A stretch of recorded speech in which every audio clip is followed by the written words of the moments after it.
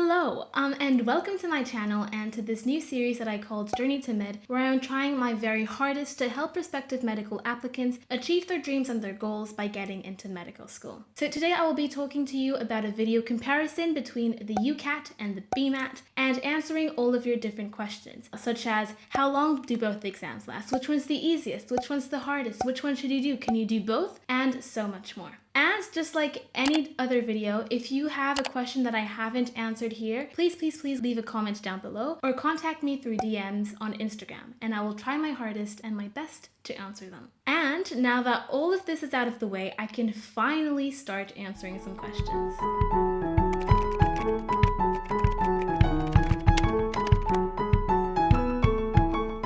Okay, so the first question is, what are these exams?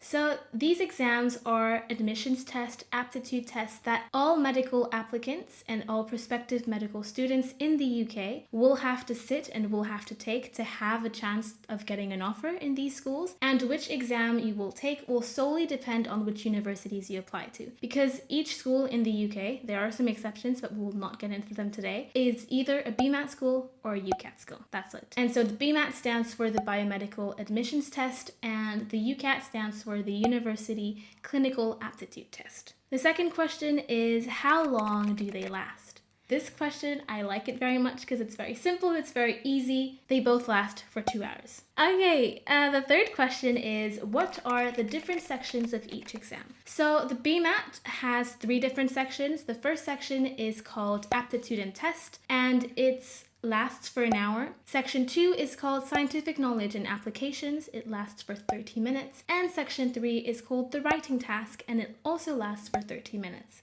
The UCAT, on the other hand, has 5 sections. The first section is called Verbal Reasoning, and it lasts for 21 minutes. The second section is called Decision Making, and it lasts for 31 minutes. The third section is called Quantitative Reasoning, and it lasts for 24 minutes. The fourth section is called Abstract Reasoning, lasts for 13 minutes, and the last and final section is called Situational Judgement, and it lasts for 26 minutes.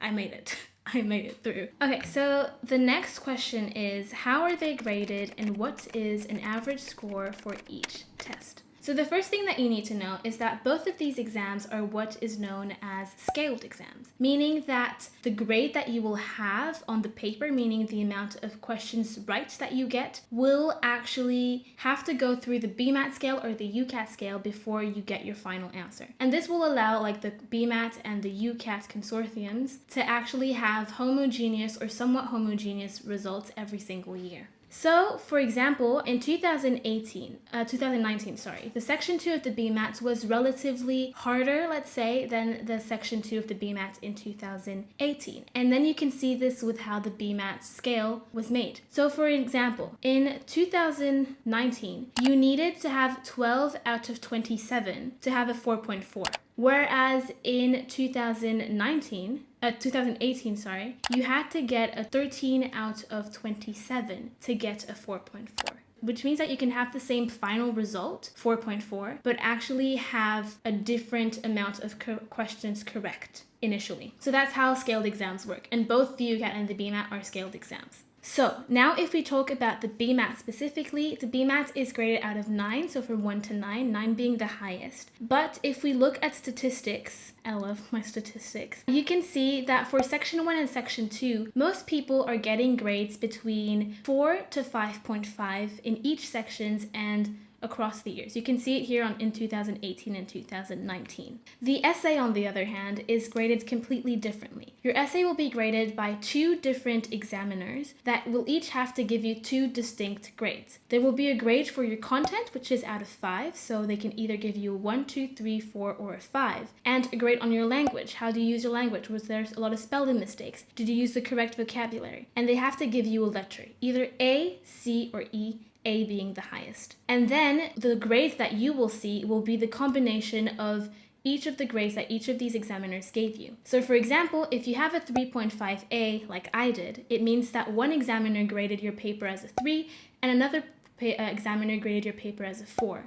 But both examiners judged that the quality of your writing was an A. If you see a B, it means that one examiner gave you an A and another examiner gave you a C. The UCAT, on the other hand, is graded completely differently and has its first 4 sections graded between 300 and 900, 900 being the highest mark you can get. And when you actually get your results, you will get your results for each individual section and your results, your combined results. So the addition of section 1, 2, 3, and 4. And here on the statistics that you can see here, we can see that the average for section 1 in 2019 was 565 and 567 in 2018. For section 2, it was 618 and 624. Section 3, 622 and 658. Section 4, it was 638 and 637. And the total was 2,483 for 2019 and 2,485 for 2018. And from this is actually a very good example of how the scaling exams work. Because for both of these exams, they have very similar results, meaning that they were very good in using their scales to make sure that the results stayed homogeneous. Then you can also see that to be in the 5th decile, so meaning in the first 50% of all test takers, your score had to be above around 2,480. So usually you would have to aim to have a score above this, and some schools would ask you to be at least in the top 30%. And also from this little statistic thing that you can see here, you can see that the last section, so the situational judgment section, is graded completely differently with bands, so from bands 1 to 4, 1 being the highest, and most people will be getting a band 2 for the last 4 years. The next question is, which one is harder?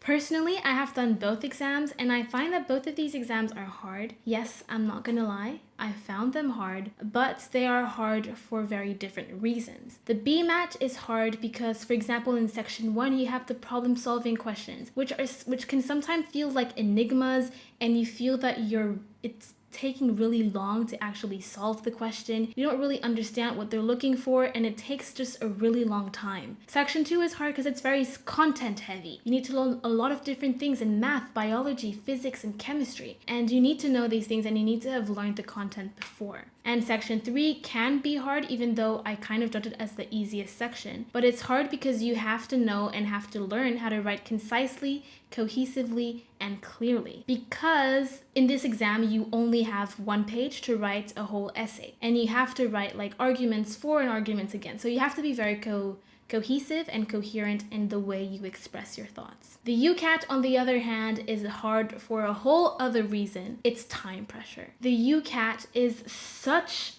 a pain with time because you have no time to answer each question. So for example, let's just do a little math calculation here. For the quantitative reasoning section, you have 36 questions and you have 24 minutes to answer them, right? So this will amount to approximately 40 seconds per question. And then in the abstract reasoning section, you have 55 questions and you have 13 minutes, meaning that you have around 15 seconds per question. This is very hard, and you need a lot of practice to get and to hit those 40 seconds or to hit those 15 seconds and be comfortable. Because in itself, the UCAT, if you have the time you want, it's not hard. If you don't have the pressure of the time, it's not that hard. It's kind of sometimes maybe a little fun to do the UCAT. But when you add that time pressure, that's when it gets pretty hard and pretty difficult. Then my next question is, when are these exams? So for the BMAT has 2 main testing dates, one in September, one in November. So in September, the September testing is either on the 31st of August or the 1st of September, and the November testing period is either the 31st of October or the 1st of November. I think they also have a test date in February, but I don't know very much about it, and I don't think that any UK students would actually take that in February. So yeah, I don't really know much about this one. And my tip for this one is that if you have the possibility to do so, and if the universities you want to apply to have no restrictions on this, take it in September. I'll talk about this a bit more later, but just take it in September because you can have your results before you apply to the university, so you're applying while knowing your results and you're not applying blindly. If you're doing it in November, you're applying blindly basically. The UCAT, on the other hand, opens its testing session in the beginning of August and closes it in the beginning of October. And you can do the exam almost any day during that period, and there's multiple sessions every single day. So you really have a lot of choice of when you want to do the UCAT, basically. But my tip would be to do it before school starts or in the first 2 weeks after your school has started. Because then after it gets too complicated with your schoolwork and the UCAT, just have it done in the beginning so it's done and dusted. Okay, so my next question is, how is the exam conducted on the day of the exam?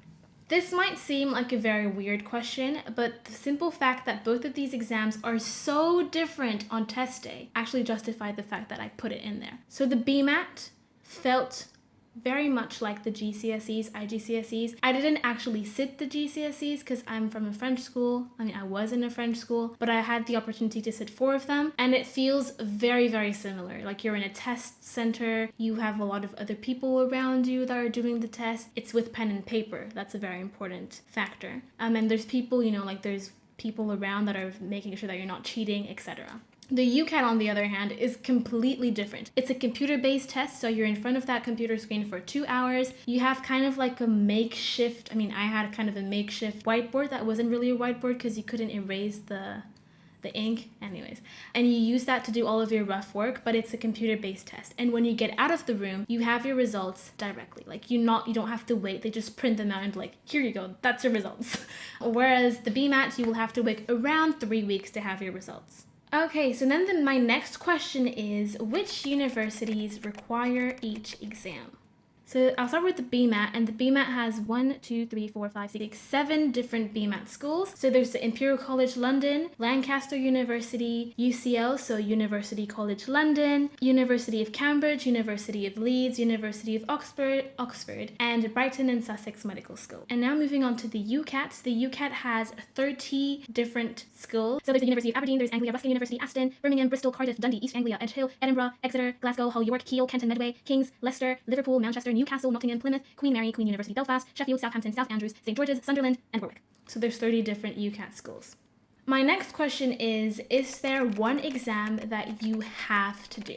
So very easily, this question is easily answered. No, you don't have to do an exam. You can choose. Each and every one of you are individuals. You can choose which exams you want to take. However, I personally believe that it's smart to take the UCAT at least, because as you've seen, there's 7 BMAT schools and 30 UCAT schools. And some of the BMAT schools are also considered as really competitive schools to get into, which means that this would also limit and make your journey to medicine a bit harder, possibly. So I would say do the UCAT because it will give you and open the doors to 30 universities.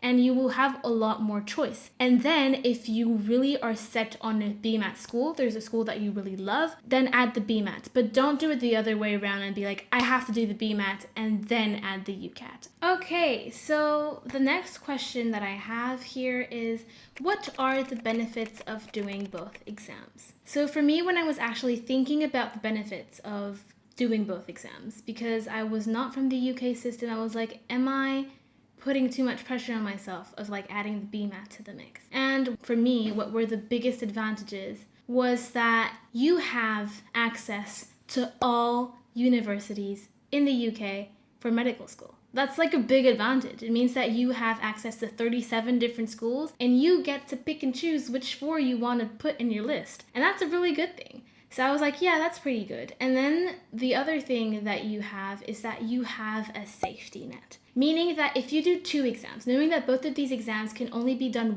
once in each application cycle. So if you're applying this year for 2021 entry, for instance, then you can only do the BMAT and the UCAT once. That's all. If you fail, then you fail. That's as bad as it sounds, but it is the truth. And if you do both exams, it means that if, for example, the BMAT doesn't go well, then you have the UCAT to fall back on. And if the UCAT doesn't do well, then you have the BMAT to fall back on. So you have kind of a safety net. And that was something that pretty much attracted me to doing both of them. Then the kind of sister question to this one is, what are the disadvantages of doing both exams? So the disadvantages of doing both exams are simple.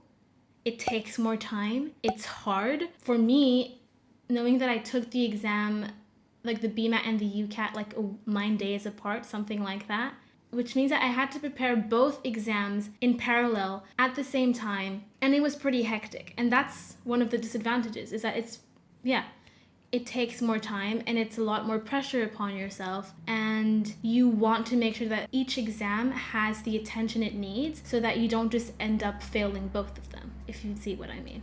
The last question is, how long do you need to prepare each exam? What I would say is that you have to separate your preparation time for each exam into 2 different sections. The first section would be kind of a loose preparation, which is usually this section could last between maybe 1 to 3 months, maybe more if you need more time.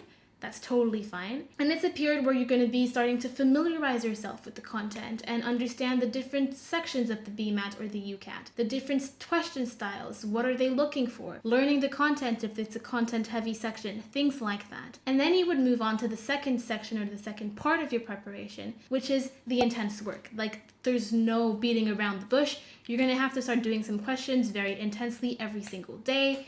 And that's just how it is. And that period could last, usually, I think it could last like from 1 to 2 months, maybe 4 to 6 weeks. You can't really be in that intense mode for very, very long. And personally, for me, my loose period for both of these exams was about 2 to 3 months, where I was loosely practicing. And when I switched to the intense part of it, for the BMAT, it lasted for 4 weeks. And then for the BMAT, UCAT, it lasted 5 weeks, because I did the UCAT after the BMAT, around like 9 days after. So that's why it was a bit longer for the UCAT. So I guess I'm done answering all of these questions. And as I said before, if you have any other questions, please leave them down below or contact me through DMs. I mean, I created the series on my YouTube channel, Journey to Med, to actually help you guys, and that's what I want to do. I want to make your application process a bit smoother than it was for me. I'll probably do at some point my journey to medical school, which was very tumultuous. And yeah, so if you enjoyed this, you can always go watch my first video that I did, which was on work experience and answering all of your questions on work experience. And you can also just stay tuned for future videos that will be arriving soon on the UCAT, on the BMAT, separate videos on these, personal statement, interview, all of these different interesting things. And yeah, thank you for watching.